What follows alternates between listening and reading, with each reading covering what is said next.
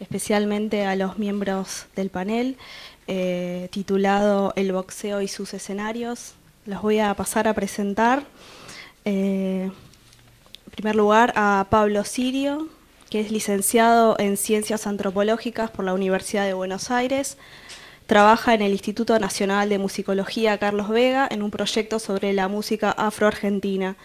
En el 2002 obtuvo el primer puesto del tercer premio latinoamericano de musicología Samuel Claro Valdés por su trabajo Perspectivas de estudio de la música afro-argentina, el caso de las prácticas musicales vigentes en el culto a San Baltasar. Ese mismo año trabajó en Madrid como becario en el Centro de Documentación de Música y Danza. Desde 2006 trabaja como investigador del programa UNESCO La Voz de los Sin Voz. Desde 2011 es director de la Cátedra Libre de Estudios Afroargentinos y Afroamericanos de la Universidad Nacional de La Plata. En 2007 fue uno de los ganadores de la beca de investigación Mariano Moreno de la Biblioteca Nacional, y su proyecto se vio materializado en la publicación del libro Tinta Negra en el Gris del Ayer, los afroporteños a través de sus periódicos entre 1873 y 1882, editado por la institución. Participó también en la inauguración de la muestra del Museo del Libro y de la Lengua, Antepasados, los afroporteños en la cultura nacional.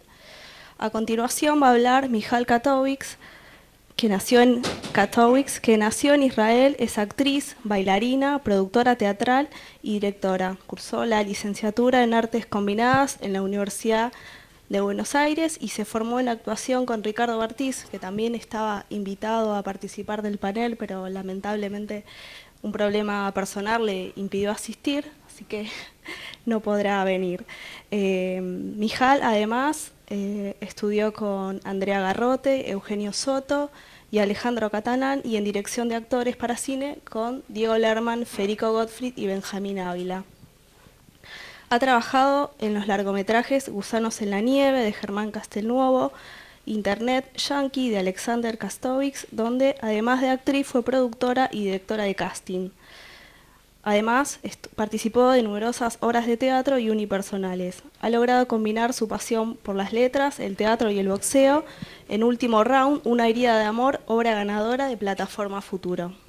Finalmente, hablará Alejandro Venturini. A ver, aquí está, tengo su... Alejandro Venturini, que es director de cine, intérprete y asistente de sonido. Estudió dirección en la Universidad del Cine y se especializó en guión y cine documental. Entre sus trabajos se encuentra el cortometraje del año 2006, 26 de agosto. Uno en postproducción denominado Hard Rock Club y Fabio, Crónica de un director, del año 2005, que fue ganador del premio Cóndor de Plata a la mejor película documental. Bueno, en la mesa anterior se comentó bastante sobre el vínculo entre boxeo y cine, entre boxeo y las diferentes artes, y bueno, en esta mesa vamos a profundizar especialmente a través de los panelistas sobre esa temática. Así que le cedo la palabra en primer lugar a Pablo Sirio. Gracias. Buenas tardes a todos, a todas. Realmente es una sorpresa para mí poder estar en estas jornadas, porque no es mi especialidad en absoluto, ni el box, ni el deporte. Simplemente he abordado un aspecto vinculado con el boxeo que me pareció interesante proponerlo como para participar como invitado, porque mi investigación en general es sobre los afroargentinos, sobre los argentinos descendientes de africanos esclavizados que hubo aquí en la época colonial, desde el 1500 hasta 1861, cuando fue la abolición final de la esclavitud en Buenos Aires. En esa línea de investigación que desarrollo hace unos 30 años, fui abordando muchas temáticas vinculadas con los afroargentinos, porque estuvieron y están presentes en muchos órdenes de nuestra cultura y de nuestra sociedad, entre ellas el deporte y entre ellas el boxeo. Es desde ese lugar en que puedo aportar algo de información precisa vinculado a su vez con las artes. En este caso voy a hablar básicamente sobre poesía. Pero tengo menos boxeo que la Venus de Milo, digamos, o sea, no sé nada. No sé nada. Sé tampoco que la primera vez que lo entrevisté a Sergio Víctor Palma, hace 2 años, yo no conozco ni el vocabulario del mundo del boxeo. Entonces, no sé, empezamos a hablar de un partido, pues yo no sabía cómo llamar. Y cuando usted boxeó con fulano, ¿cómo salió el partido? No sé vocabulario. Entonces, implica también un aprendizaje de uno, que más allá de haber visto, como cualquier hijo de vecino, alguna pelea alguna vez por televisión, en casa o en otro lado, es un mundo que lo desconozco por completo. Por completo. Y a partir de investigar estos personajes que son muy relevantes para nuestra cultura, aunque quizás no los conozcamos como afroargentinos, como afrodescendientes, me vi en el compromiso de, bueno, ponerme un poco en tema, ¿no? Más después de haber escuchado la mesa anterior, Titanes en el Ring, literalmente. Más aún desconozco sobre el tema. Entonces, simplemente he preparado una serie de fotografías para mostrarles sobre 3 boxeadores afroargentinos del tronco colonial, o sea, descendientes de esclavizados aquí, anteriormente en otra época llamados negros, vulgarmente, o morenos, pero que ahora el término más correcto es afrodescendiente o afroargentino. Y ellos, desde un lugar u otro, han jalonado muchos aspectos de nuestro imaginario cultural que no están debidamente valorados, pero los conocemos bastantes, esos aportes. Podemos bajar las luces y poner las fotografías. En primer lugar, digo en forma cronológica, ¿no? Este es el más antiguo de los nacidos, Ernesto Natividad de la Cruz, nacido en Concordia, en la provincia de Entre Ríos, en 1898. Él viajó a Buenos Aires muy jovencito y comenzó en el ambiente del deporte a incursionar en el boxeo. Llegó a pelear bastantes años, pero tuvo una desgracia que se quebró en una de las peleas por el año 22. Se quebró el pulgar derecho y a partir de ahí tuvo que dejar de boxear. Al dejar de boxear, se dedicó al tango. Empezó a aprender bandoneón, tuvo su orquesta propia, quiero decir. Pasamos a la siguiente. Ahí lo vemos, esta es una nota periodística muy completa sobre él, con algunas ilustraciones. La siguiente. Algunos de sus tangos, él compuso cerca de 50 tangos. Digo, por lo menos 50 son los que pude documentar, deben ser más. Y es la música. Ernesto Natividad de la Cruz era su nombre completo, generalmente aparece así abreviado. Este es uno de esos tangos. Y hay otro de los tangos, a ver, pasamos la siguiente. Alma de Chorro. La mayoría son desconocidos hoy, salvo para el especialista en el ambiente tanguero o para el fanático, son desconocidos. Pero hay uno, a ver si es el siguiente. Bueno, este es Luna Pampa, es interesante porque este se tocó en el Teatro Colón en 1980, en una actuación en donde justamente lo tocó Héctor Artola, que es a quien le dedica esta obra. ¿La siguiente? Bueno, es ahí ya bastante mayor. Él murió en Buenos Aires en el año 85. Siguiente. Este es el tango que lo consagró en el ambiente musical, que es el Ciruja, que es el emblema, si se quiere, del lunfardo en el tango. Es un tango que la letra es de Marino y él compuso la música. Cuando vean la letra en la fotografía siguiente, si se podría ampliar quizás.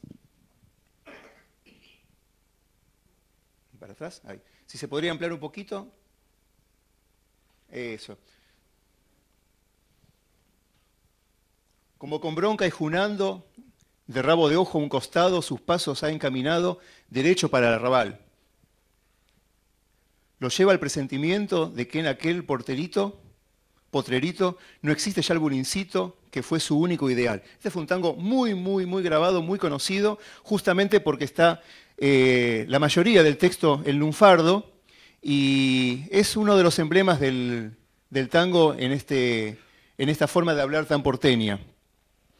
Pasamos a la siguiente. Bueno, aquí pasamos al segundo boxeador en orden cronológico, que es Anselmo Benjamín Casares.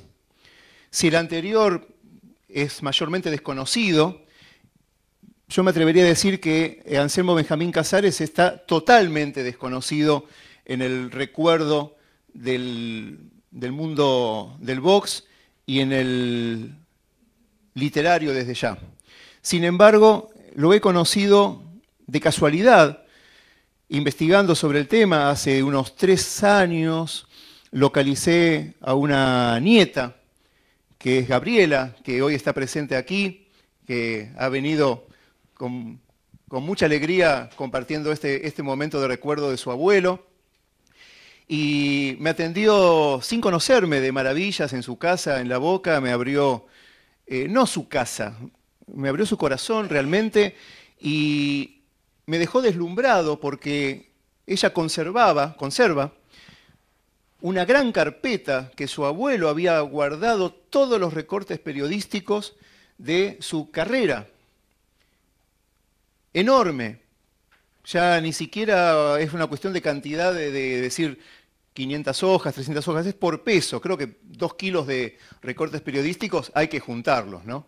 Y ella conservaba esa carpeta enorme que su abuelo había pegado recorte por recorte en hojas de cartulina, y tuvo a bien prestármela, porque era imposible en ese momento, con una cámara fotográfica, por más que ahora es fácil, fotografiar todo. Además había hojas que estaban muy delicadas, muchas de esos recortes tenían fotografías de gran valor documental que había que escanearlas, dibujos como este, que le hicieron en su plena fama, ya por los años 20. Pasamos a la siguiente.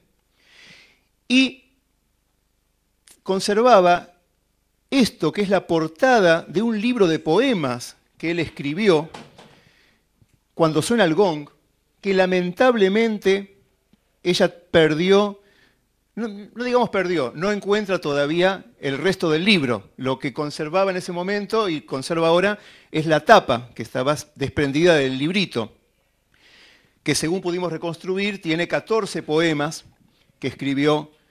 No sabemos cuándo lo publicó, quizás en los años 40, no lo sabemos. Pero este librito, que podría pasar por un librito cualunque, común y corriente, tiene un secreto para la historia del boxeo que cabe rectificar un error sin querer que se atribuye a Bonavena, aquella frase cuando uno sube al... ¿Cómo se llama? El cuadrilátero, el ring. Se nota que no sé nada del tema. Cuando uno sube al ring, lo dejan solo y le sacan hasta el banquito. Palabra más, palabra menos, es la famosa frase que todo el mundo dice. Bueno, Nicolás, por favor, el texto de Word. Fíjense, subimos un poco el texto. Acá. Este poema, que es de él, que se llama, Gabriela, ¿me decías? Cuando suena el gong. O sea, es el poema capital del libro que toma el nombre el libro. Es un poema muy bonito, vamos a ver el final, por cuestiones de tiempo. No, ahí, acá. Entre 4 cuerdas te jugás el resto, porque nadie ayuda cuando suena el gong. Este poema, no es que la frase la haya dicho él, que haya sido el autor de la frase, la historia es más delicada. Subimos un poquito. En un artículo periodístico de esa montaña de recortes de un tal Marcos Vistagli, digo un tal porque yo realmente no sé quién fue, capaz que fue alguien muy importante, no lo digo en forma despectiva. Es un periodista tandilense. Tandilense, bien, bien. En una de las tantas peñas que hacían los amigos del ring, presidida alguna vez por Pedro Quartucci, el gallego Campuzano, hombre de la casa del boxeador, recitó unas estrofas de un poema que estaban en el libro del morocho pupilo del capitán. El capitán era Abico. Ese día estaba presente Oscar Bonavena, quien se acercó a Ulises Barrera y le pidió que le repitiera esas estrofas. Pocos días después, en un reportaje que le hizo el propio Barrera, Ringo dijo: «Es cierto, lo estuve pensando. Cuando suena la campana, a uno le sacan hasta el banquito y se queda solo». Esta fue una de las frases más conocidas de otras tantas que solía fabricar con un inteligente sentido del humor el campeón de los pesados. En esta se inspiró en los versos del negro Anselmo Casares. Volvemos a las fotografías. Casares de la casa del boxeador. Claro. Pasamos a la siguiente. Bueno, roguemos porque aparezca el resto del libro, que sería interesantísimo no solamente estudiarlo, sino que se pudiera volver a publicar, algo tan importante para la historia del boxeo desde la literatura. Estos son algunos de los cientos de recortes periodísticos en donde quisiera destacar el racismo implícito que había hacia los jugadores, los boxeadores, que eran afrodescendientes, en tanto se los llamaba directamente negros o con el eufemismo de color, como si eso fuera mejor. En este caso con dibujos alusivos de una pelea que tuvo. Creo que la siguiente es más atroz. No, esta no es, pero bueno, es interesante también. Acá está. Perdón, ¿iba a decir algo del anterior? Domingo Charafia, Sí. campeón argentino de box, que también integraba la casa de box. Ahí está. Ahí está. Los betunes del ring. Quería detenerme en este título, ¿no? Los betunes del ring. Esto no es solamente de Anselmo, hay otros, ¿no? Quizás algunos extranjeros, no lo leí puntualmente, no viene al caso, quiero decir. Pero esta cuestión siempre de remarcar la negritud como un dato pintoresco, cuando nadie dice, hablé con el blanco fulano o el blanquito fulano, pero siempre en el caso de los negros, bueno, el negro, los betunes del ring, en forma despectiva, por más que sean campeones, ¿no?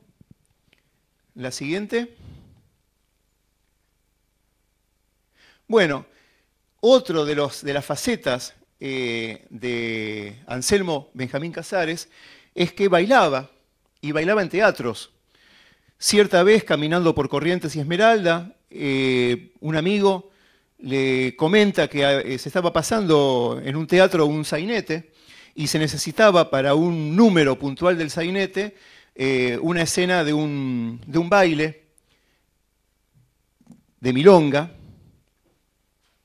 entre dos boxeadores y faltaba uno. Entonces lo contrataron a él y él hizo 148 actuaciones de ese sainete que las anotaba graciosamente, acá lo comenta, ¿no? en este artículo, lo comenta graciosamente como 148 peleas que tuvo en un teatro. Y esta es otra de las facetas que tuvo él, ¿no? Bailarín de tango. Creo que de él es la última, a ver la siguiente. Bueno, acá lo de la negritud, ¿no? Como estigma. El negrito Casares batió por puntos al blanquito Franceschini, sería lo coherente, ¿no? Para ser justos. O si no, Casares batió por puntos a Franceschini. Digo esto porque es algo muy, muy instalado en nuestro lenguaje, esta racialización de las personas, o peor aún, de nuestras relaciones. Cuando uno dice trabajo en negro, compré dólar negro, bueno, en realidad no tiene un color distinto ese dólar o el trabajo. En realidad es un dólar legal o ilegal, o es un trabajo que se atiene a la ley o no se atiene a la ley. Eso de colorear las relaciones sociales, siempre el color negro sale perdiendo. Creo que esta es la última de Anselmo, pero quería terminar el caso de él, que es para mí de los más interesantes en cuanto a este olvido social que hay sobre los boxeadores afroargentinos y su aporte a la literatura, o en este caso también al tango y al saber popular, esto que quedan las frases populares, es una medalla que tuvo a bien traer hoy su nieta, para mostrarla. Yo no la conocía, la había visto en su Facebook, pero digo, mira, tráela, de ser posible, la mostramos, porque forma parte de estos legados que se conservan en la familia. La acabo de ver, del año 34. Hermosa medallita. Pasamos a la siguiente. Bueno, uno de los tantos programas que se imprimían de las peleas, con el panameño Kid Rodríguez. Esto es del América Stadium. Siguiente. Otro dibujo. Son dibujos originales que le hicieron en su momento de gloria como para recordarlo, porque fue un gran boxeador, no solamente en el sentido técnico, en el sentido del deporte, sino como persona. Era tan buen boxeador como persona que tenía un sobrenombre que era el Caballero del Ring. Y le decían el Caballero del Ring porque cuando ganaba, de motu propio, le regalaba la mitad de lo ganado al contrincante. Repartía la ganancia. Un gesto que evidentemente no era, por lo menos en esa época, habitual, y de ahí le quedó el mote el Caballero del Ring. Siguiente. Bueno, y pasamos al tercero en cuestión, que sí es mucho, mucho más conocido, una gloria viviente, Sergio Víctor Palma, que hablé con la señora el otro día para ver si podía venir. Ellos están ahora viviendo en La Plata. Evidentemente no pudieron venir, pero quisieron hacerlo, porque a él lo conocí hace 3 años, como dije al comienzo. En tanto fui interiorizándome de todo este mundo que desconozco aún hoy, del boxeo y la relación con los afroargentinos, en tanto las biografías que dan de él lo dan como afrodescendiente. Él nació en La Tigra, que es una localidad muy pequeña del Chaco, y me interesaba ahondar en ese aspecto. Fue un aspecto muy delicado de tratar en las entrevistas, porque al comienzo, además de sus problemas físicos y motrices para hablar, para expresarse, que no se puede hacer, digamos, una entrevista como uno quisiera regularmente, me di cuenta que era un aspecto muy doloroso de su vida, que quizás ahora lo estaba rescatando de forma positiva, pero que no le interesó en absoluto este origen afro, porque el origen afro de él viene por el lado del padre, que era de la provincia de Salta, y justamente tuvo una infancia bastante complicada. Se vinieron con su madre, o sea, su madre y él, de 5 años de edad, a vivir a Buenos Aires.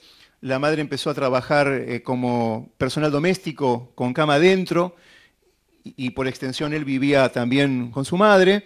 Y en una de las casas de una familia muy rica, en donde estaba ella trabajando, el dueño de casa tenía la afición de mirar boxeo a la noche por televisión o escucharlo por radio.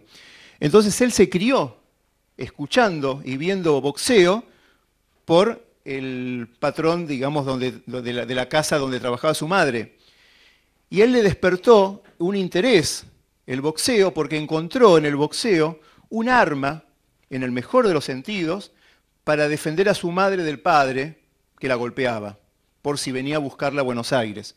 Entonces, imagínense en ese contexto, yo tratando de hablar sobre un aspecto que evidentemente fue muy traumático en su vida, y encima sin el manejo mínimo del lenguaje del mundo del boxeo, pensando que eran partidos los que se juegan arriba del cuadrilátero, ring.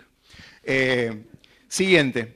Bueno, perdón, la foto anterior la compré hace poco en el mercado. Es una foto autografiada, original. Mi único mérito en el mundo del boxeo, ahora lo recuerdo, es que Cicuta Zacarías era amigo de mi papá, y quizás por ese mundo en los años 80 en Lanús, mi viejo haya conocido a Víctor Palma, pero ahí termina mi amor por el tema.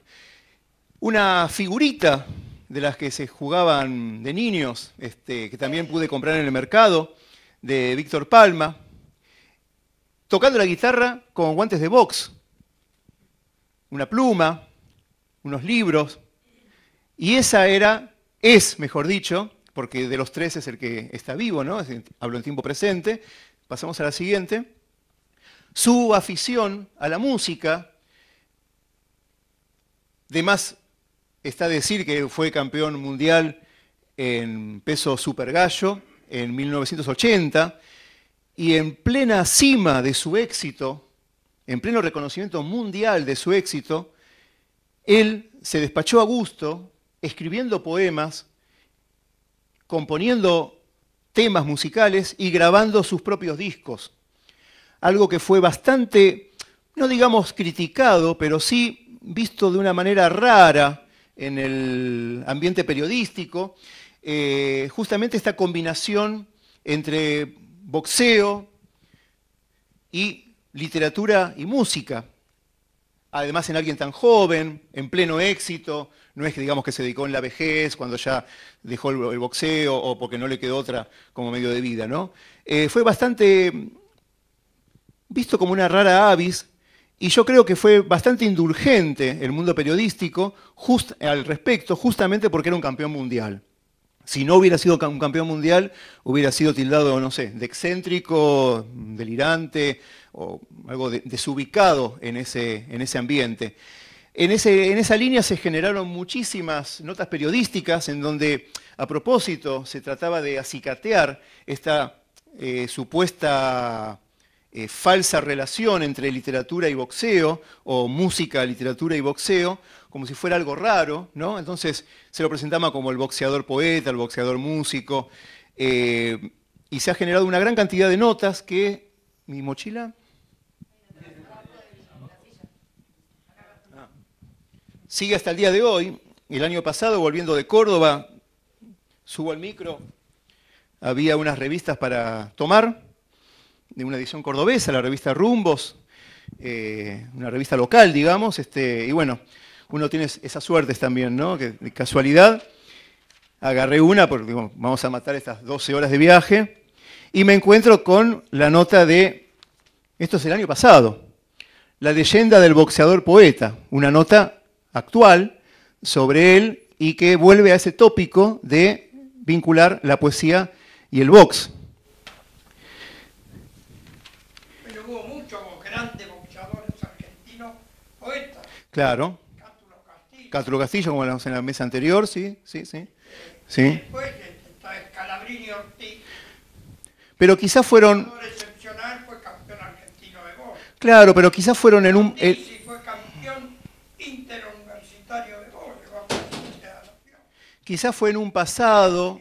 El boxeo no está, salvo los malos periodistas. Yo le hablo como boxeador, como poeta consagrado y como periodista. Ajá. Salvo los malos periodistas, dicen tonterías, pero el boxeo es un arte y una ciencia, ¿no? Y hubo grandes en Argentina, Juan Carlos Lamadrid, Sí. que inventó a Piazzolla prácticamente y hizo innumerables canciones con Piazzolla, un gran poeta, primer premio municipal de poesía, y un gran boxeador. Terminamos con el texto de Word, por favor, Nicolás. Al final de todo hay un poema que seleccioné. La mayoría de estos poemas están inéditos. Armonía Dinámica. Este es uno de los poemas de Víctor Palma, que están publicados en un libro que salió hace unos años, pocos años, por Corregidor, sobre su vida. Y él tiene la intención de publicar estos poemas, que ha escrito muchos, en un libro que él quisiera que se llame Golpe a Golpe, Verso a Verso, un título que homenajea un verso de Juan Manuel Serrat, el español Juan Manuel Serrat, de los años 70. Golpe a Golpe, Verso a Verso, realmente un muy buen título, muy buena lección. Tiene otro libro también inédito sobre la historia del boxeo, que se llama algo así como 40.000 años a las piñas, algo así, que es como una especie de historia mundial del box. Y este es uno de esos poemas, no inédito porque está publicado en este libro de un autor, el apellido es Biondi, si mal no recuerdo. Bien decía Calderón de la Barca, la vida es sueño, en colores o pesadilla, consciente o inconscientemente. El argumento es propio, la vida es sueño, no una condena, tampoco un premio, es simplemente, portentosamente, inapreciablemente. El que sueña, siendo infinito, es todas las cosas, siendo todos, amorosamente es uno en sí mismo. La fealdad, la belleza, la maldad, la beatitud, porque al ser en sí mismo, cuando existe, ha de ser lo que es y lo que no. Gracias. Bueno, en primera instancia quiero agradecer a Martín Blanco por esta invitación y a Osvaldo Gamba por haberme linkeado con la biblioteca y con Martín. Debo confesar que estoy muy nerviosa. Yo estoy acostumbrada a exponerme ante escenarios y ante la cámara, pero no en esta situación. Así que si me pongo en blanco, lo que sea, me puedes dar un jab tranquilamente. Total, el contexto nos acompaña. En este contexto, nada más. Yo voy a hablar en relación a un proyecto que comencé el año pasado junto con mi colega que está presente acá, que es Irina Raffo. Ella es uruguaya, fotógrafa y directora de cine. Este es un proyecto que cruza varias disciplinas, principalmente la danza, el teatro y el boxeo. También contiene visuales y música en vivo. Lo estamos haciendo justamente te lo comento Sirio, especialmente para ti, en el Club Social y Deportivo La Cultura del Barrio, que si no lo conocen, es un espacio muy, muy, muy interesante. Un club que queda en Murillo y Tames. Es un club skinhead, con el buen término, digamos, el término que se usaba en una primera instancia, antifascista y anti-homofóbico, por lo cual ya se imaginarán que es bastante peculiar, ¿no? Un lugar donde se combate y donde es puramente viril, que propongan una militancia de esta índole. Y donde abajo es muy particular porque arriba hay un ring de box y abajo hay un escenario donde tocan bandas punk, por ejemplo. Y justamente ahora hay una muestra sobre la comunidad afroargentina. Justamente, por eso te lo comento, porque si no me equivoco, todavía es muy interesante la muestra, es una muestra fotográfica de Soledad, no me acuerdo el nombre, con una organización que se llama La Brea, donde ellos vinculan mucho el movimiento afroargentino con el boxeo. Y es idóneo para tu trabajo y también les recomiendo la muestra. En general les recomiendo, se llama La Cultura del Barrio, el espacio, para los que son amantes del universo pugilístico y también del movimiento antifascista, punk y bueno, etc. Nosotras estamos ensayando en este espacio. Lo comento porque además de ser un lugar muy especial, nuestro trabajo tiene que ver con el tratamiento espacial, es decir, que ensayamos en el mismo ring, y la configuración escénica está compuesta por 2 bailarinas, un actor, un boxeador amateur que entrena ahí mismo, y un músico en vivo. Y todos estamos, tanto desde la música como desde la dramaturgia, como desde las coreografías, componiendo en los ensayos, in situ. Es decir, que hay una dramaturgia del actor, de lo que seguiría la dramaturgia del actor, digamos. Entonces, nuestro campo de investigación y desarrollo escénico es el ring, lo cual nos resulta bastante interesante porque estamos trabajando con lo que nos propone el espacio mismo, las cuerdas, las bolsas, los guantes. Y en relación a eso, nosotras como campo teórico estamos leyendo 2 libros base, que son del boxeo, de Joyce Carol Oates, que lo deben conocer, y el libro del francés, que no sé cómo se pronuncia, Loïc Wacant, no sé si alguien sabe. Loïc Wacant. Bueno, es muy conocido, se llama Entre las cuerdas, es un libro que lo escribió nuestro amigo francés, vamos a decirle. Loïc Wacant, ahí va. Loïc Wacant, en 1988. Él es un sociólogo que fue a hacer un estudio sociológico en un barrio, en un gueto negro, justamente también, de Chicago, y casualmente se inscribió en un club de barrio donde practicaban boxeadores amateurs y boxeadores profesionales que estaban excluidos, que no tenían obra social, marginados de la sociedad. Y es muy interesante el libro porque justamente combina esto de lo que se trata estas jornadas, que son literatura y boxeo, un sociólogo que se inmiscuye y se mete directamente porque practica durante 3 años. Es bastante particular que un sociólogo, imagínense la discriminación al principio que tenían para con el blanquito, ¿no? Como al revés.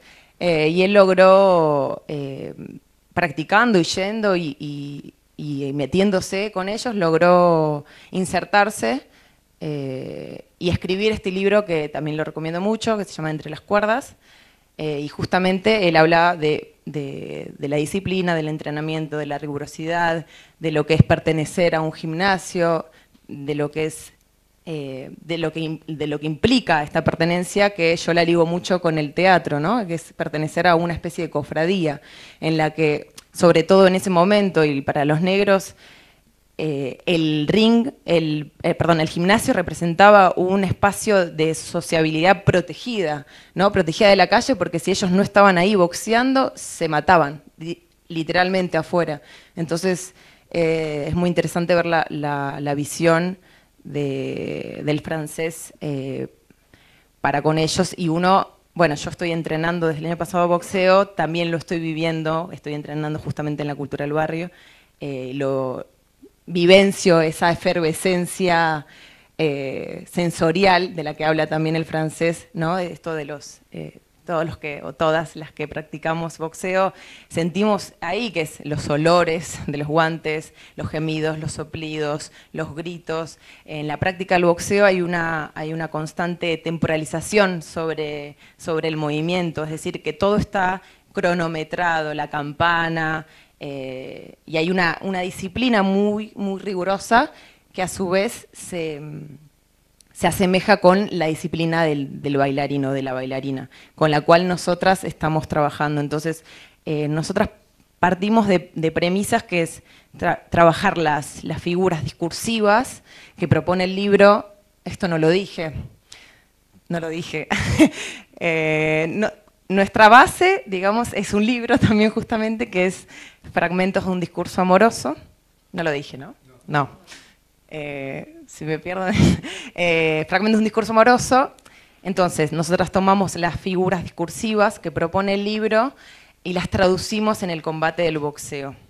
Figuras tales como, por ejemplo, el abrazo, ¿no? Que es el clinch, es una figura central en el boxeo.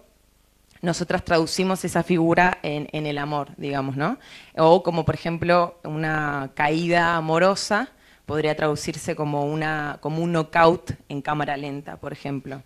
Entonces, nuestra idea es revelar la teatralidad y el carácter espectacular que ya contiene el boxeo. Entonces, nos interesa trabajar esta fusión entre lo espectacular del teatro y lo espectacular en el boxeo, ¿no? Hay algo que también es muy interesante que habla el francés, que es que la proximidad que tienen los pugilistas en el gimnasio da una sensación de que, no da, sino que ellos son conscientes de que están siendo mirados todo el tiempo. Hay una conciencia de ser visto que también la tenemos los actores, las actrices, bailarinas, bailarines, que es la conciencia de la exposición, ¿no? Y esto a mí me resulta muy interesante, también nos pasó cuando Ciro, que es el boxeador amateur que está trabajando con nosotras, ingresó al espacio de ensayo, fue muy, muy impactante su entrada, porque ya los boxeadores poseen una impronta y una fuerza muy particular que narran de por sí solos, ¿no? Entonces también de alguna manera para nosotras fue muy fácil ingresar a este universo, que también, como vos, desconocíamos. Yo soy una novata. Gracias. Entonces básicamente partimos de la premisa de que el amor es también un campo de batalla, ¿sí? Es un campo de batalla para con el otro y para con uno mismo. Esto que habla también Oitz, que ella dice que el otro es una distorsión de uno mismo, ¿no? Que es un reflejo de uno mismo. Tengo mis machetes que también voy a ir pispeando. Hay un aspecto muy particular que es la muerte y el tiempo, y que es que ambas disciplinas tienen mucha conciencia. El francés dice que el boxeador, que los adversarios del boxeador son el tiempo y la posibilidad de la muerte, ¿no? Ellos son muy conscientes de eso, y hay algo de la conciencia del actor que también está muy, muy presente. El tiempo es muy acotado, es efímero, y tenemos conciencia de que ocurre esa vez y no va a ocurrir nunca más. Entonces, y hay una cuestión de los cuerpos en un estado de ebullición, de una intensidad vital, y al borde del abismo, que se asemeja mucho a lo que son los cuerpos arriba del boxeo, ¿no? Entonces hay algo ahí que a mí me interesa mucho, que lo tiene un actor, que lo tenemos cuando actuamos, que entramos de alguna manera en trance, que estamos, como diría el señor Bartiz, que no vino hoy, que estamos literalmente tomados por una fuerza mayor, arrasados por esta intensidad que yo la veo y la siento también entrenando, como una especie de parte de un ritual, ¿no?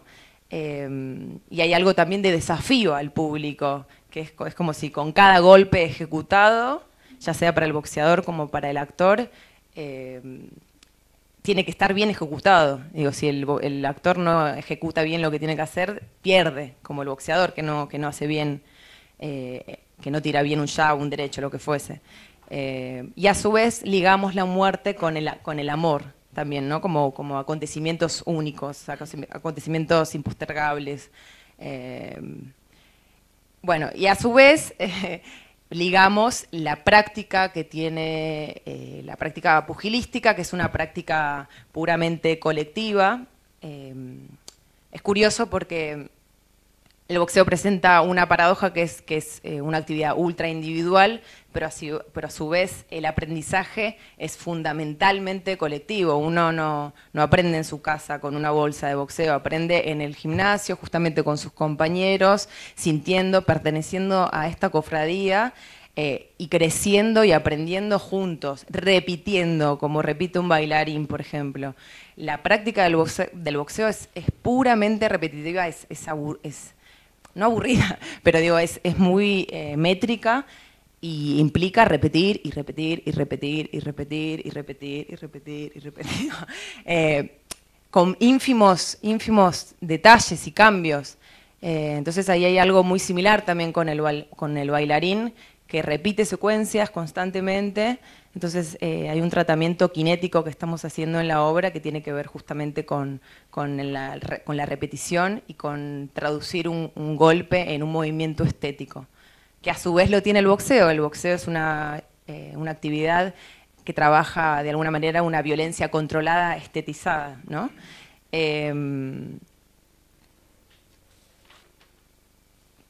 Bueno, a su vez, esto lo dije un poco, bueno, nos interesa también el tratamiento sonoro.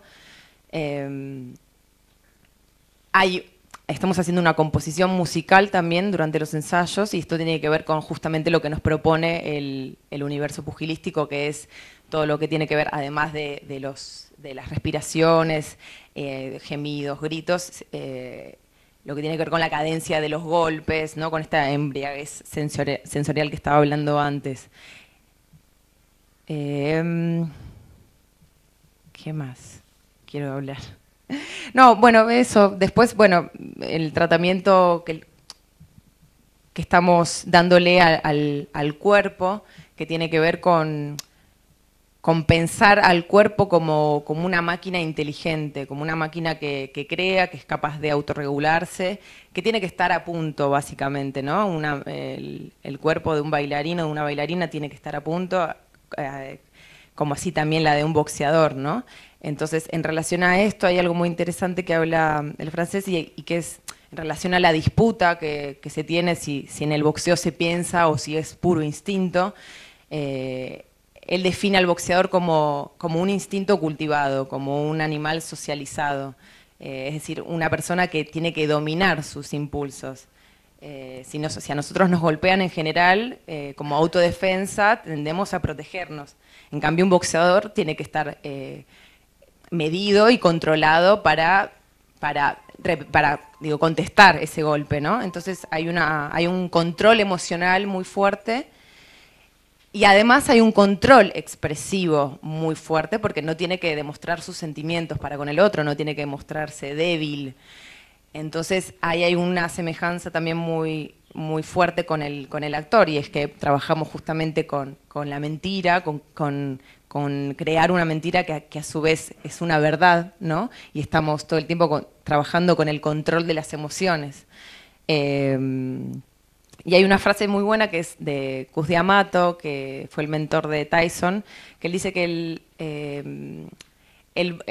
un buen boxeador domina sus emociones cuando sabe ocultarlas y controlarlas.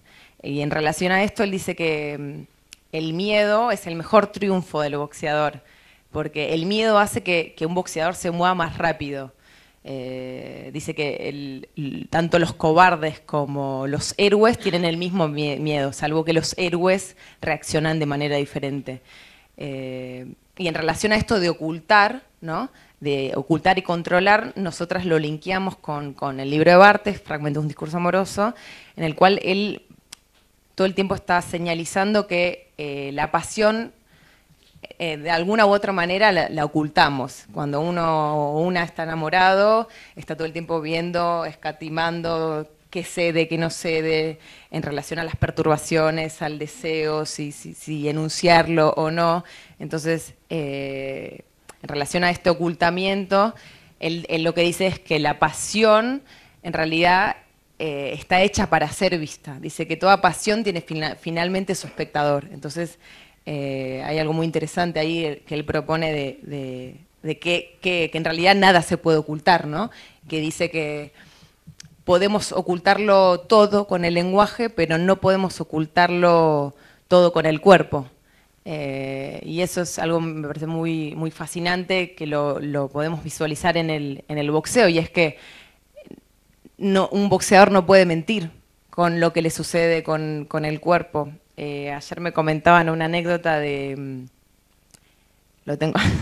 Galíndez, del boxeador, que en una pelea estaba muy, muy herido, muy lastimado, sangrando, y bueno, como saben, si en una pelea la sangre está goteando, la tienen que parar. Entonces, él en realidad empezó a hacer trampa y se empezó a acercar al árbitro para que le tape las heridas, ¿sí? Para que no vean el goteo de sangre. Me parece como un ejemplo muy clarificador. ¿Cómo? Y ganó por nocaut. Y ganó por nocaut. Ah, bueno. Ahí está. Gracias. Bueno. Ahí, bueno. No, sí, por eso. Yo quería que me ayuden justo. Gracias. En la que nos metimos. Bueno, ese me parece un ejemplo muy clarificador de esto de que el cuerpo no miente, ¿no? De que el cuerpo no hay manera de caretearlo, digamos. Y bueno, eso más básicamente en relación a todas estas cuestiones estamos investigando, porque es un proceso creativo de investigación, de prueba y error, y yo estoy muy contenta de haberme de alguna manera introducido en este mundo pugilístico que tenía muchos prejuicios, ¿no? Que me parece que los hay en relación a la violencia, que se cree que los boxeadores o las boxeadoras son violentos y no es así.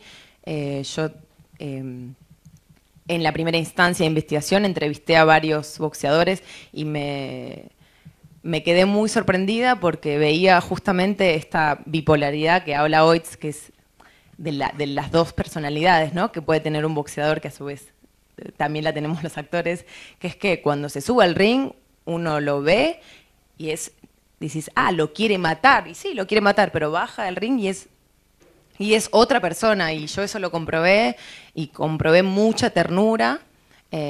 No digo que todos los boxeadores sean tiernos, pero comprobé mucha ternura y mucha calidez y mucha generosidad para conmigo, que soy una muy externa, una blanquita muy externa de este universo, y nos están ayudando mucho, incluso cuando filmamos una especie de teaser para este proyecto, que lo filmamos en Atlanta, también que nos abrieron las puertas ahí. En un momento yo aproveché que estaba vacío el ring porque habíamos llegado muy temprano y estaba Gavino, que lo deben conocer, es un entrenador bastante grande, muy encantador, y yo estaba, de cara dura que soy, me subí al ring y empecé a probar unas caídas en cámara lenta, y él solo, sin saber de qué se trata nuestro proyecto, ni saber quiénes somos nosotras, él solo me narró un knockout. Es decir, mientras yo caía bailando, él me decía, y la no sé qué, y estábamos con Irina muy sorprendidas y alucinadas con esta sincronización que se empezó a dar sola, ¿no? Eso, ya está. No sé.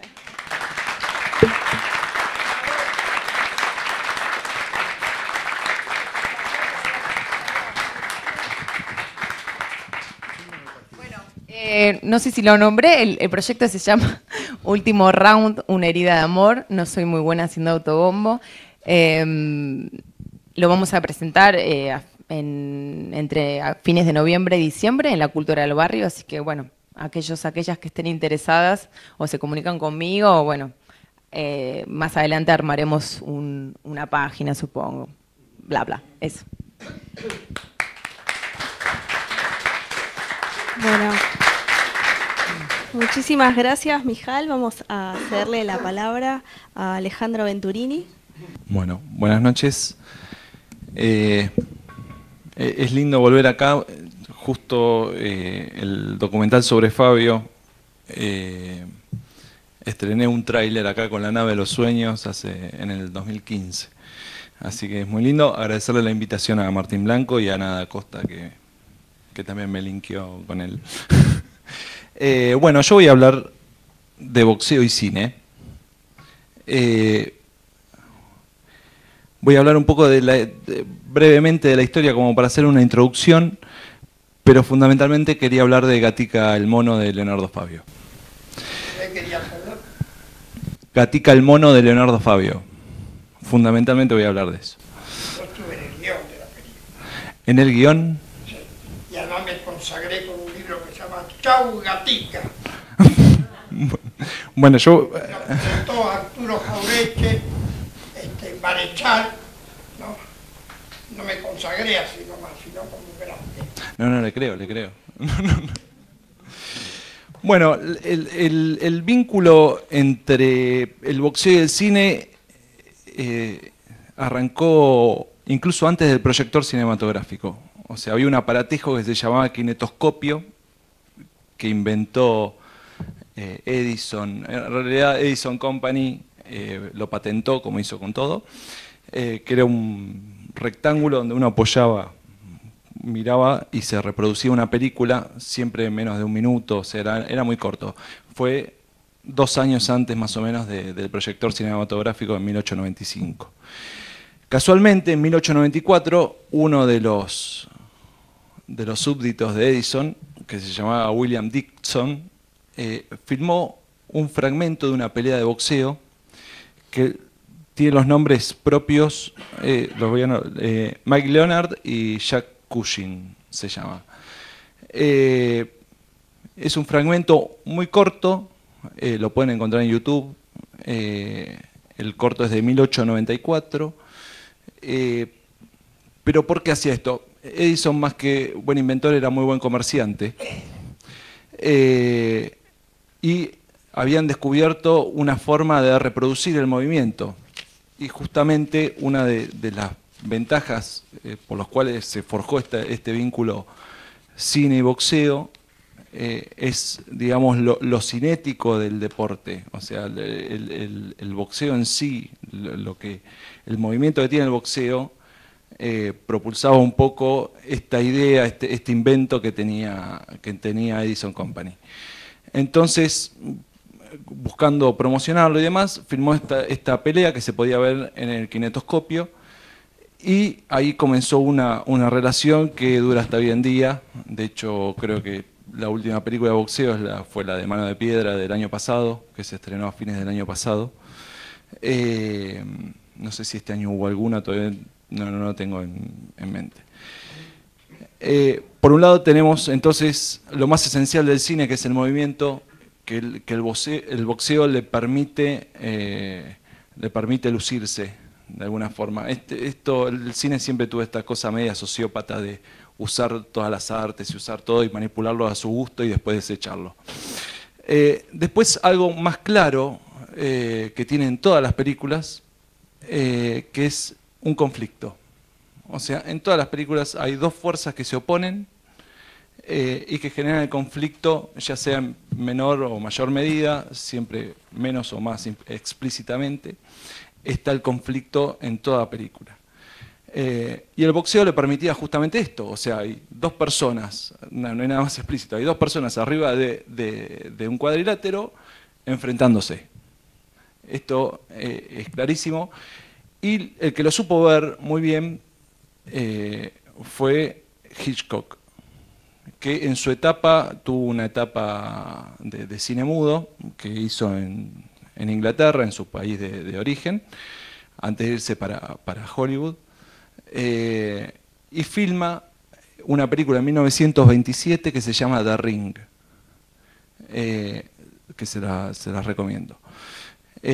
Porque el boxeo además le permitía algo que inventó el propio Hitchcock, que es el suspenso.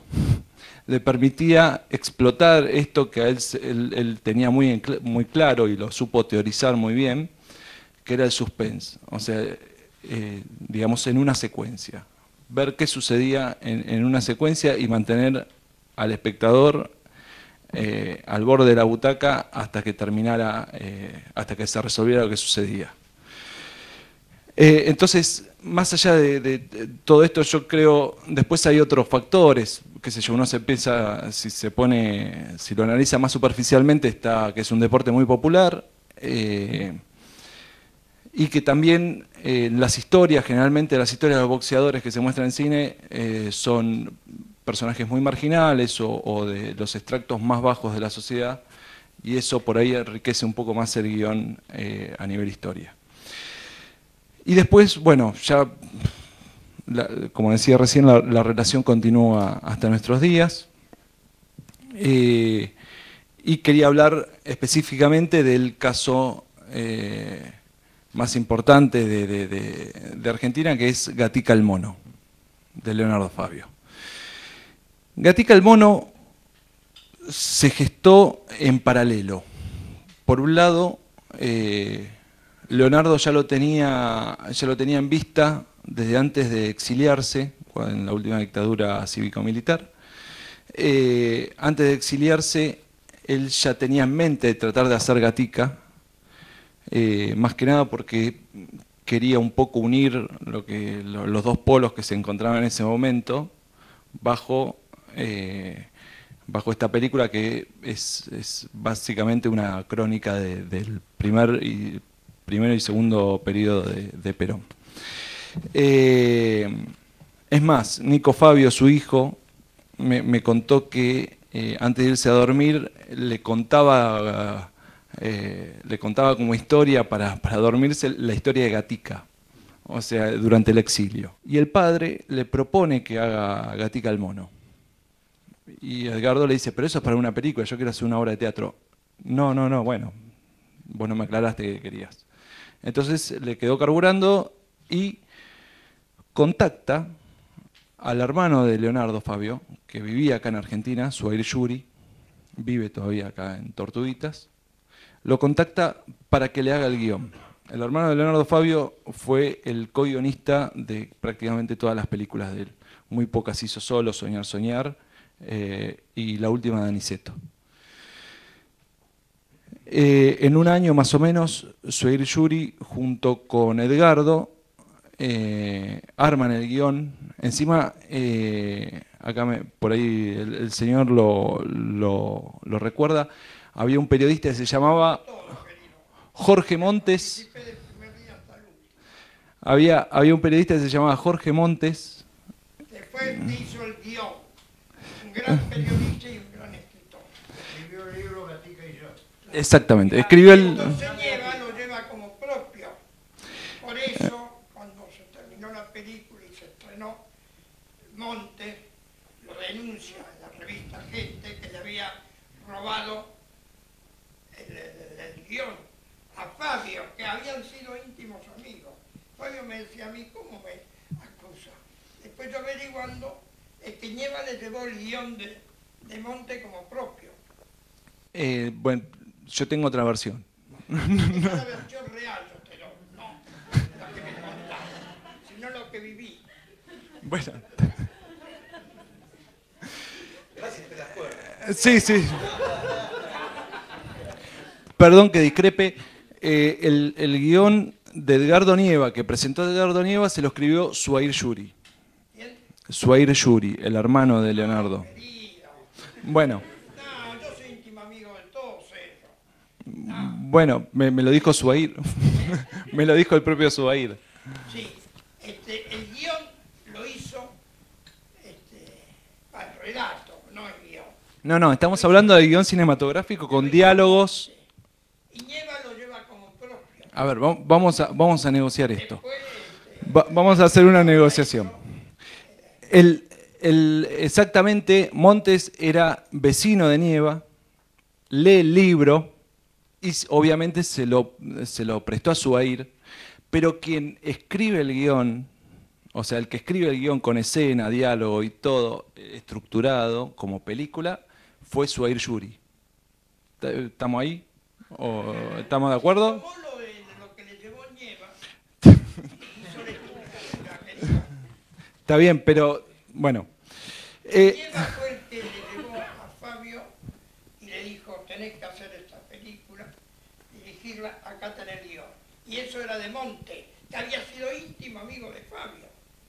Sí, eso no... El niño solo, el chico, se lo lleva Montes a Fabio.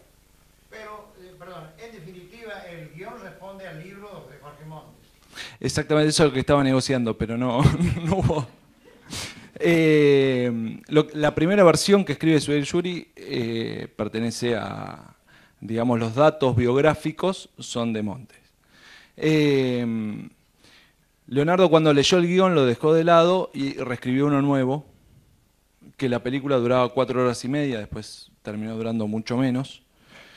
Y Nieva había empezado a practicar boxeo con Abel Laudoño. Bien. Que lo llevó Fabio y lo hizo operar la cara. Espera, me estás spoileando la historia. Para que llegue al final. Ahí llego a esa parte. Estoy contando la historia real porque... Pero espera que llego a esa parte. Todavía sí es verdad eso, pero y Edgardo empieza a entrenar con Abel Laudoño. Y Leonardo le dice, cuando se junta con él, le dice que no había imaginado un Gatica de 18 años, que él ya estaba muy grande para esa película, y que lo perdonara, pero no iba.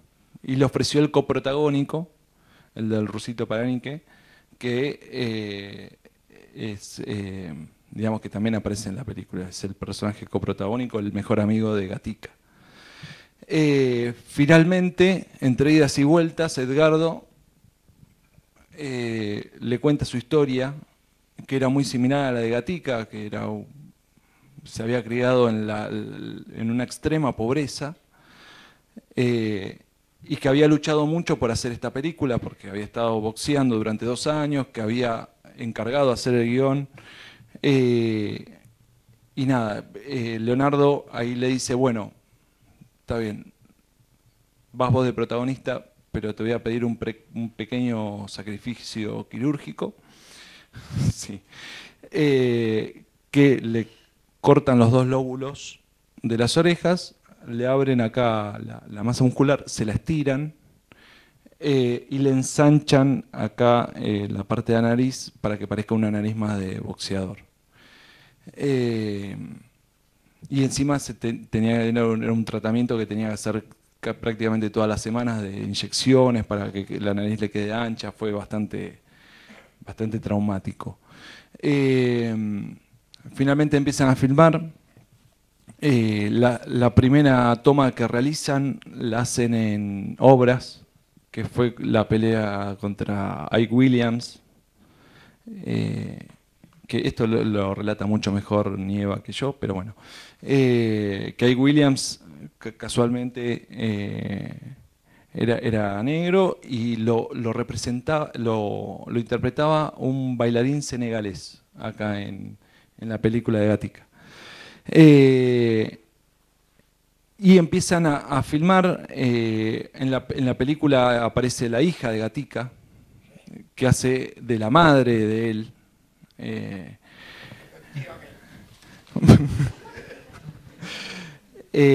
Y bueno, y finalmente terminan realizando la película que, como todas las películas de boxeo, nunca hablan sobre el boxeo, sino que hablan de otra cosa.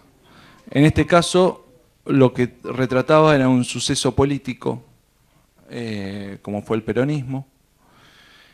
Incluso Gatica fallece durante el exilio de Perón, o sea, no llega a vivenciar la vuelta de Perón en el 73. Entonces era todo un nivel muy fuerte para Leonardo también. De alguna forma, Gatica es un poco Fabio. O sea, la forma, eso por ejemplo, en un momento le regala el tapado de la mujer a un tipo de la calle. Eso era una actitud que era propia de Fabio.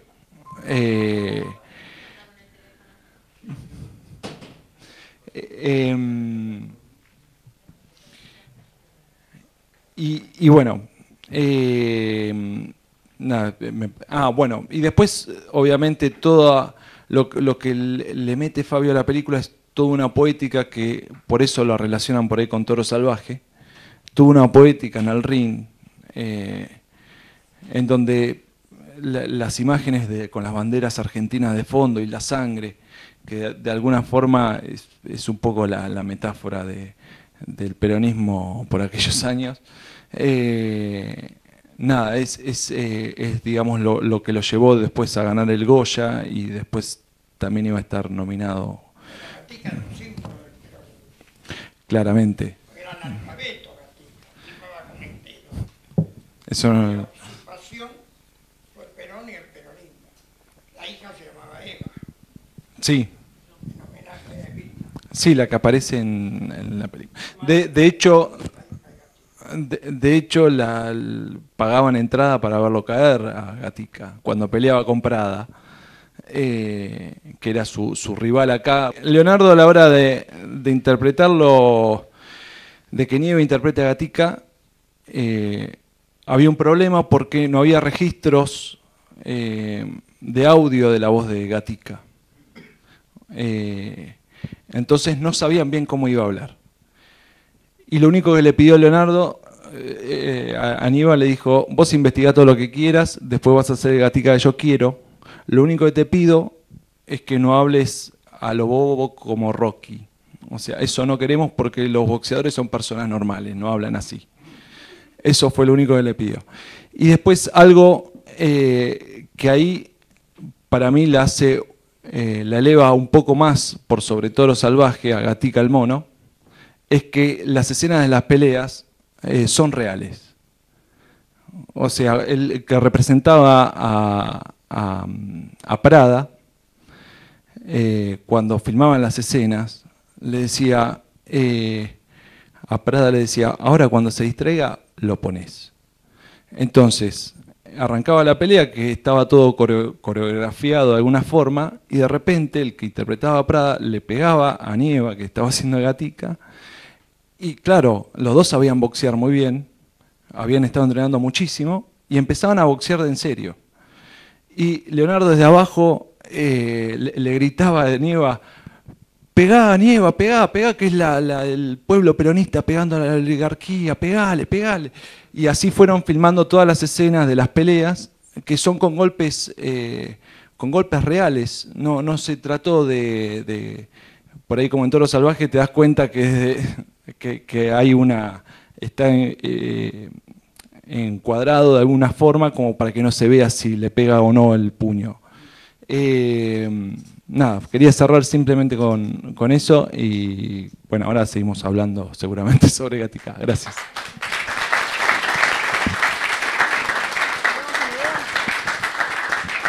Bueno, muchas gracias, Alejandro. Vamos a ver a continuación una entrevista a Carlos Sorín, que es director y guionista de cine y ha dirigido films como La película del Rey, Historias mínimas y El camino de San Diego, entre otras. Por su trabajo ha recibido más de 20 premios nacionales e internacionales, entre ellos el premio Conex, diploma al mérito 1991 como uno de los 5 mejores directores de cine de la década 1981-1990 en Argentina. Dura unos pocos minutos, así que lo vemos y después abrimos la ronda de preguntas y comentarios.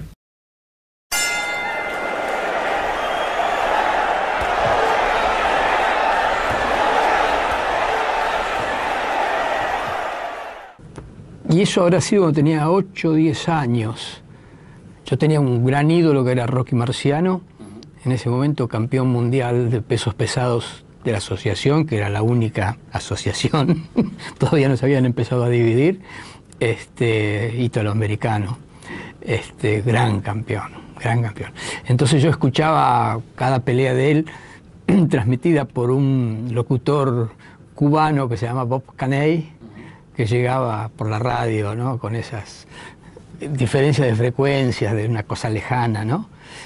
Y tenía en mi pieza afiche, todo lo que era con Rocky Marciano, me apasionaba Rocky Marciano. Rocky Marciano que después se inspiró Rocky, ¿no? Stallone se inspiró en Rocky Marciano.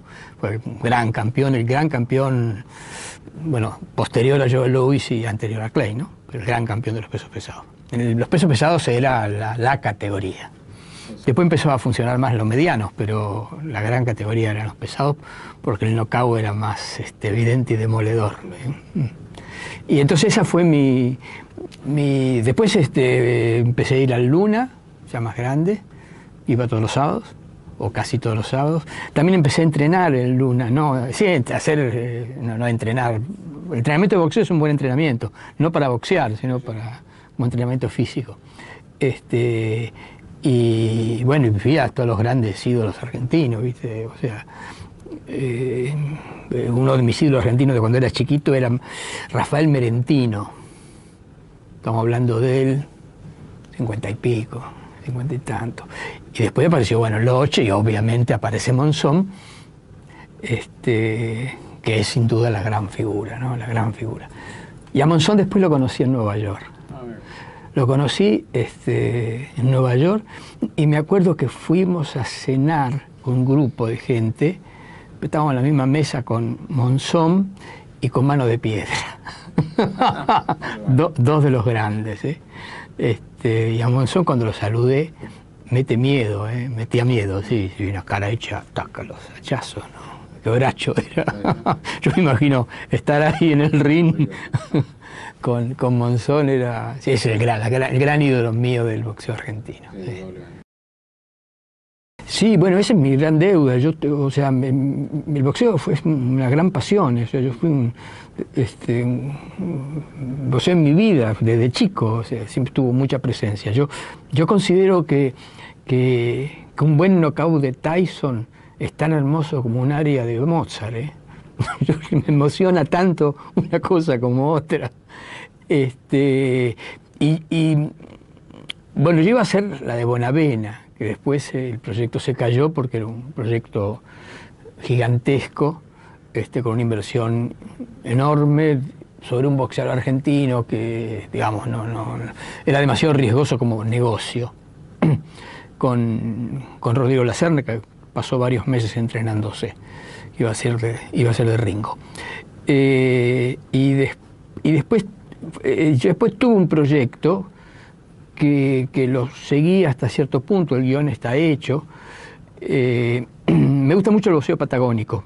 Estuve muy cerca de Narváez y de Locomotora Castro, el Roña. Es más, el entrenador de Locomotora Castro en la última película hace de entrenador de boxeo. Yo siempre tengo una escena de boxeo en mis películas. Y tenía una historia que era una historia linda para hacer con un verdadero boxeador. Yo no quería trabajar un actor y maquillarlo, torcerle un poco la nariz. Quería la dureza hecha a los golpes, ¿viste?, de un boxeador, con los temas que puede tener de interpretación alguien que no es actor. Lo había pensado hacer con Locomotora Castro y la película sucedía todo durante toda la historia en Caleta, Olivia, que es de donde es Locomotora, ¿no? Pero bueno, como tantos proyectos, quedaron en los archivos. En los cajones, esperando tiempos mejores. Sí, ahora son en los discos de rígido, sí, digamos.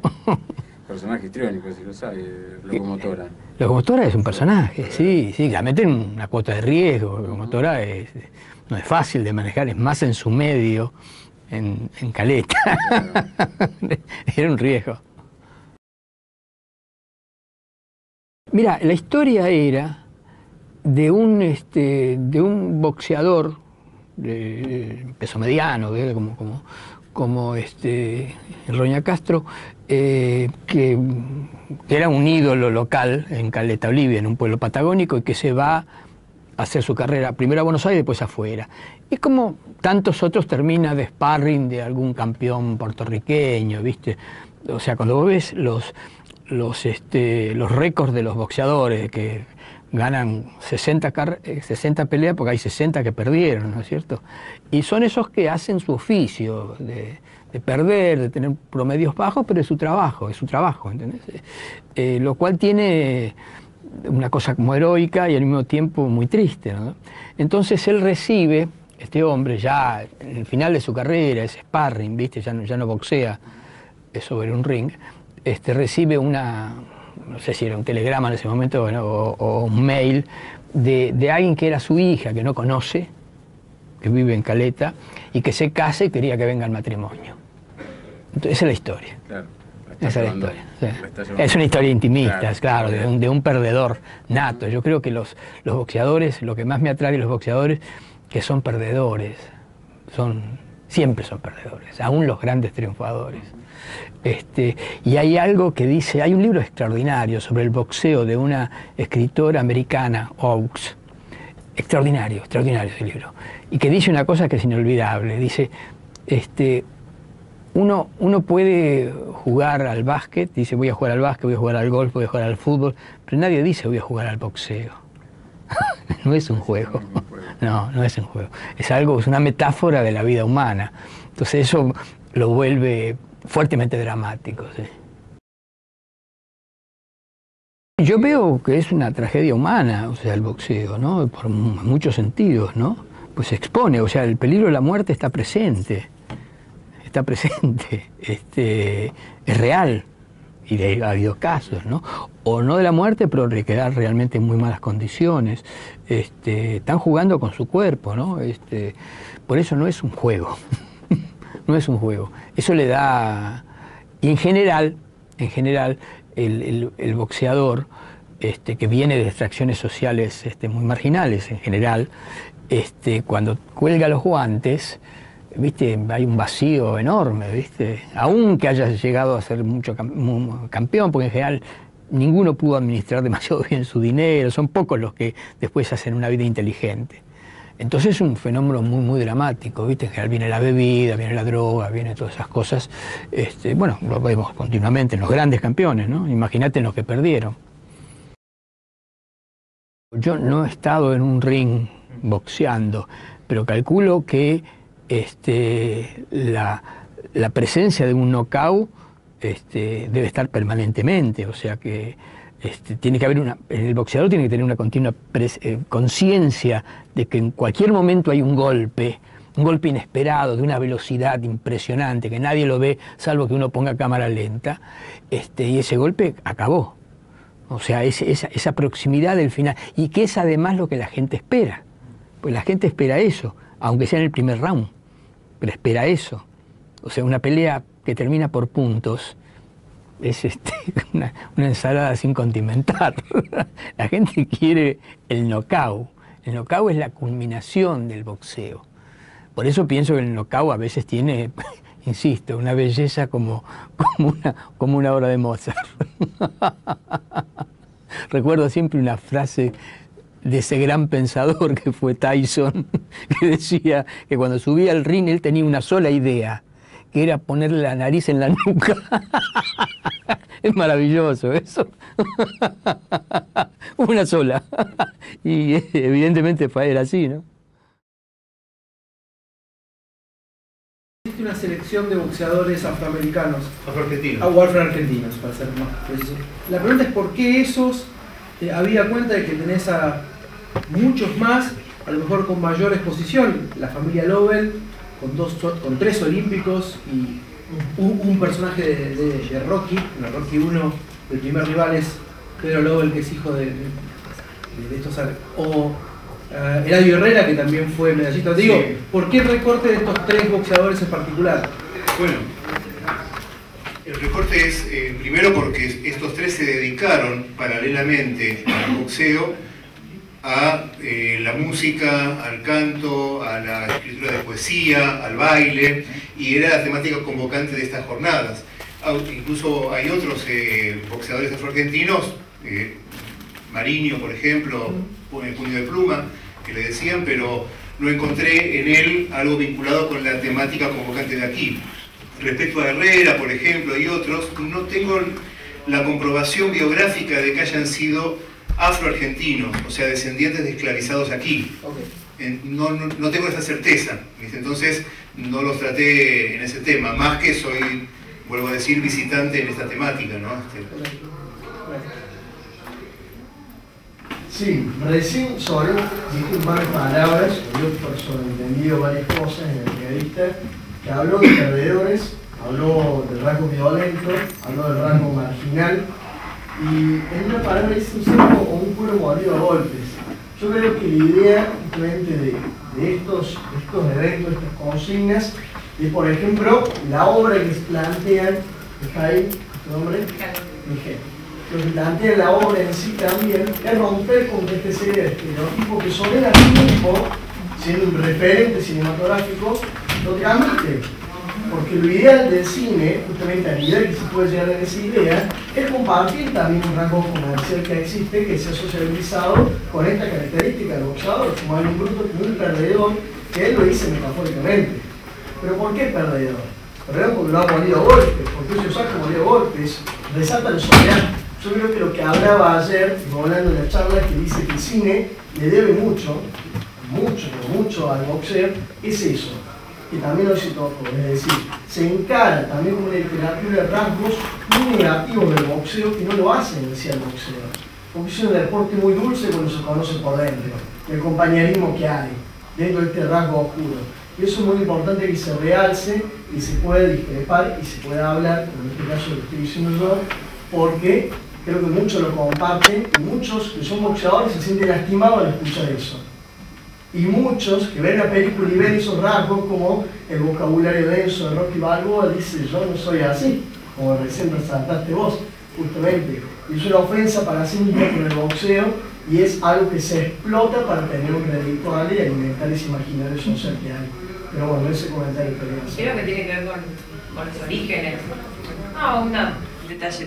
Que creo que tiene que ver con los orígenes, ¿no? Del boxeo.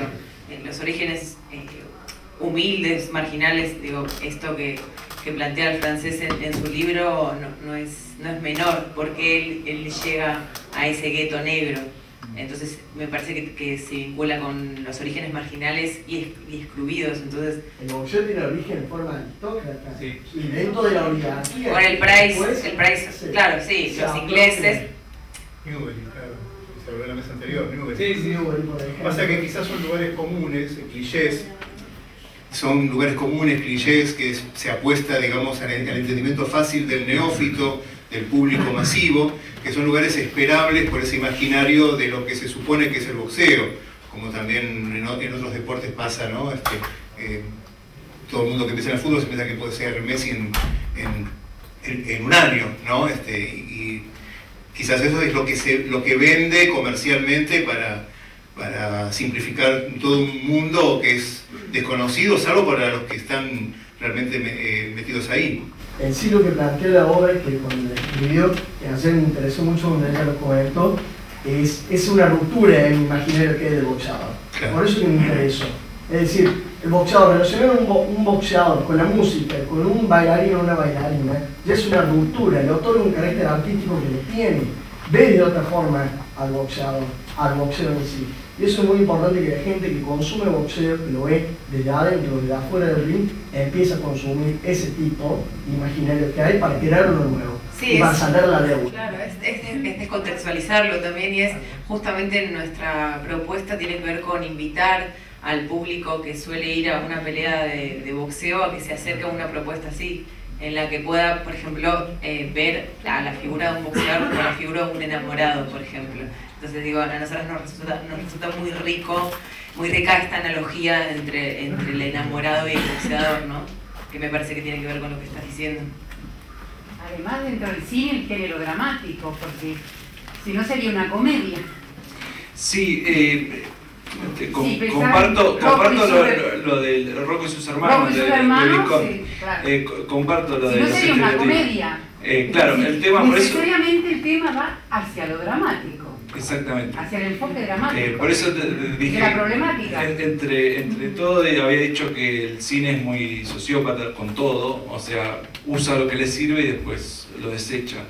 No sé si tiene una deuda, eso ya, porque, no sé. Pero es verdad que sí, por ahí profundiza en esos estereotipos que no ayudan, y estaría bueno que se haga una película sobre. Lo que pasa que pensá también si a alguien le importa ver la vida de un boxeador aristócrata, no sé. Ese es el punto también, por eso te digo, a veces es lo que le sirve, digamos, al arte que lo está tratando, digamos. Y por eso también es valioso el proyecto de acá de chicas.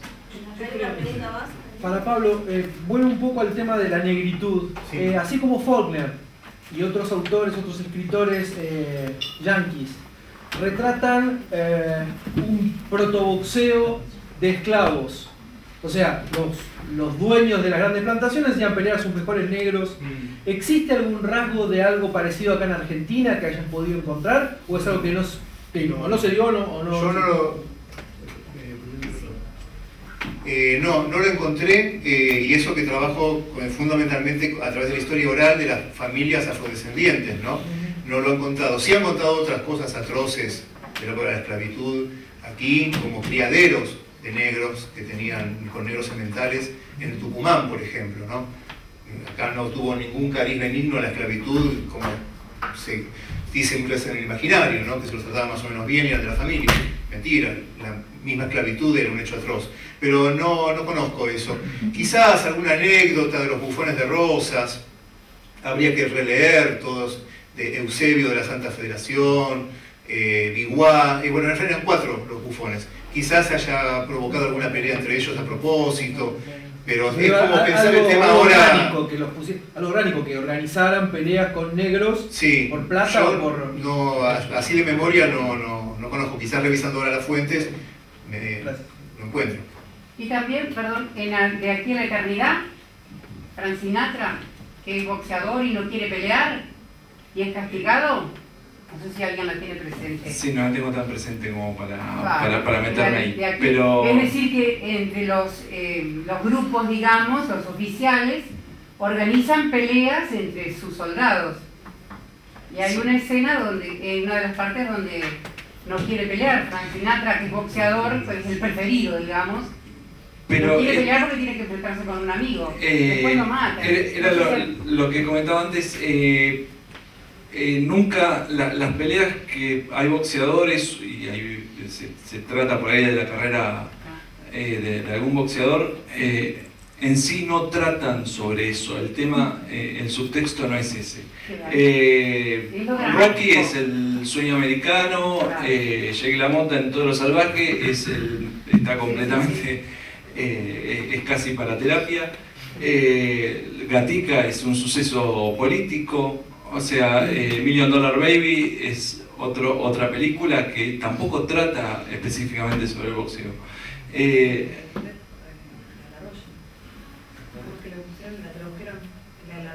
estigma del arroyo, la que hablaban hoy sobre la vida de Rocky Graciano, hecha por Paul Newman. ¿Por Paul Newman? ¿La tenés? No. Ah, no, muy buena película. También muestra la historia de un pibe italoamericano, pobre como una rata, que se escapa, sale, digamos, levanta cabeza para hacer boxeo. Pero incluso hay muchos documentales sobre boxeo también. Si no me falla la memoria, cuando éramos reyes, se llama la de Ali en la pelea en Zaire, que es un documental increíble, pero en sí no es tanto sobre la pelea, es todo el contexto político y social que había alrededor de la macumba que hacen en Zaire. O sea, es increíble la película, pero en sí no es sobre boxeo. Eso era lo que trataba de expresar. Claro, esta escena de aquí la eternidad es cuando en la base norteamericana, después del ataque de Pearl Harbor o antes. Y es una escena muy famosa, la de Frank Sinatra, ¿no? Que se niega a boxear. Y bueno, y después tiene... cobra las consecuencias. No, yo quería contraponer un poco con la visión de Carlos, que también es su visión de su cine y de su subjetividad en torno al boxeo. Digamos, con esto habló un poco de la aristocracia y la idea de belleza que contraponía a Carlos en su mención en el corto.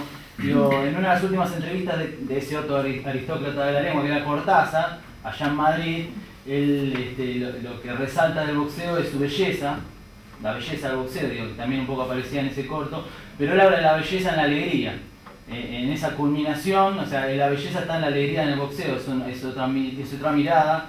Digo, en la culminación de esa preparación, de ese sacrificio que llega en ese momento inesperado, donde cae la mano inesperada y cae el knockout, digamos, es la otra visión. Tenés la del perdedor, digo, son distintas maneras de apropiarse del espacio, desde la pasión, en una versión artística, digo, un contrapunto simplemente. Me vino a la mente viendo de nuevo el corto. Sí, no, yo quería resaltar. Claro, tiene la contraposición con Torito. Digo, claramente, son dos visiones hermosas. Quería resaltar, antes que nada, un breve comentario. La película de Rocky Graciano es tan vieja que se dice que Robert Duvall debutó en esa película como extra. Un chico de 15 años, no por ahí, y es Robert Duvall, que ahora está. O sea, y otra anécdota breve, que es que vos mencionaste la película de Hitchcock, Muda, la vi, es clásica, fue la primera película que él guionó y escribió y hizo toda él. Y otro gran cineasta que debutó con una película de boxeo fue Stanley Kubrick, que hizo un corto de boxeo espectacular. Son dos hermanos mellizos, y es espectacular verla porque ves como el boxeador y un alter ego ahí interactuando, ¿no? Lo que quería decir, digo, para resaltar la fascinación del cine con el boxeo, pero a partir de eso también se dio que el cine elige las partes de la historia del boxeador que le convienen y deja de lado historias que realmente son extraordinarias. El caso de Toro Salvaje es emblemático. O sea, si lees el libro del Toro Salvaje, hay gente que jura, que lo conoció a Jake LaMotta aún hoy, que jamás le escuchó insultar o decir malas palabras. Y la película bate récords de la palabra fuck, por ejemplo. Y hay un episodio muy puntual en la vida de él, que él está cada vez que se hace una lista entre los 10 mejores quijadas de boxeo, los mejores tipos que más aguantaban golpes, Jake LaMotta está ahí. Y una de las razones por las cuales él recibía tantos golpes era porque él creyó que cuando era joven era delincuente junto con Rocky Graciano, eran compañeros de andadas en Brooklyn, y él pensó que en una pelea callejera él mató a un rival con una especie de destornillador para romper hielo, que le dio el padre cuando era chico. Él era un chico y le hacían bullying cuando era chico. Entonces el padre se enteró y le dio el ice pick, ese el destornillador, y le dijo una frase que se transformó en su lema de boxeo, ¿no? Cuando te peguen, pegales primero y pegale más duro. Hit them hard and hit them first. Entonces, pensó que había matado a un amigo y toda su carrera de boxeo, él lo relata, fue un gran acto de contrición, digamos. Él se dejaba pegar porque pensaba que había matado a su amigo en la pelea callejera, ¿sí? Toda esa historia fantástica que estaba oculta ¿no? Se podría hacer una película paralela con Jake LaMotta sin insultar a nadie y sufriendo ese castigo durante toda su vida, y sería igual de fantástica. Y sin embargo el cine eligió al boxeador pendenciero, al charlatán que le pega a la mujer y que termina, ¿no? Es increíble cómo el cine, digamos... Pero no era un documental, era una película. Por eso, es como el cine elige una historia y le sube el volumen o le baja el volumen a una u otra voz para llenar su estereotipo, digamos, lo que vende y lo que yo creo que más allá de lo que vende, y entramos ahí en un tema que tenemos como hasta las 6 de la mañana, que es lo que es verdad y lo que es verosímil.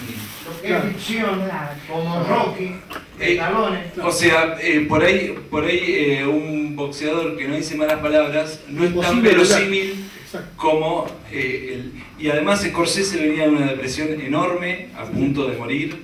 Eso no le quita nada a Thor Salvaje, que es la mejor película de boxeo probablemente de la historia. Sí, también digamos ¿no? Y la actuación de Niro. De Niro es espectacular. Ganó el Oscar. De Niro. En 1982 ganó el Oscar con esa película. Y esa es basado en el libro con el mismo nombre que escribió Jack LaMotta, que hace poco menos de un mes cumplió 96 años. Jack LaMotta. Esa película, Thor Salvaje, está basada en hechos reales sobre el libro que escribió Jack LaMotta. En cambio, las de Rock y todo eso son ficción, son comerciales. Creo que hay que hacer una diferencia entre las que se basan en hechos reales y las que son comerciales. Bueno, tengo buenas noticias. Mañana vamos a continuar con las jornadas. A las 5 de la tarde vamos a tener un panel dedicado a cuadriláteros y policiales de Ezequiel Fernández Mus, y también va a participar Ana María Schwab, Horacio Convertini y Juan Carlos. A las 19 horas comienza el panel La narrativa del ring y participarán Walter Nelson, Martín Cohen, Mariano Carrera, Juan José Zurro y Carlos Fernández. Así que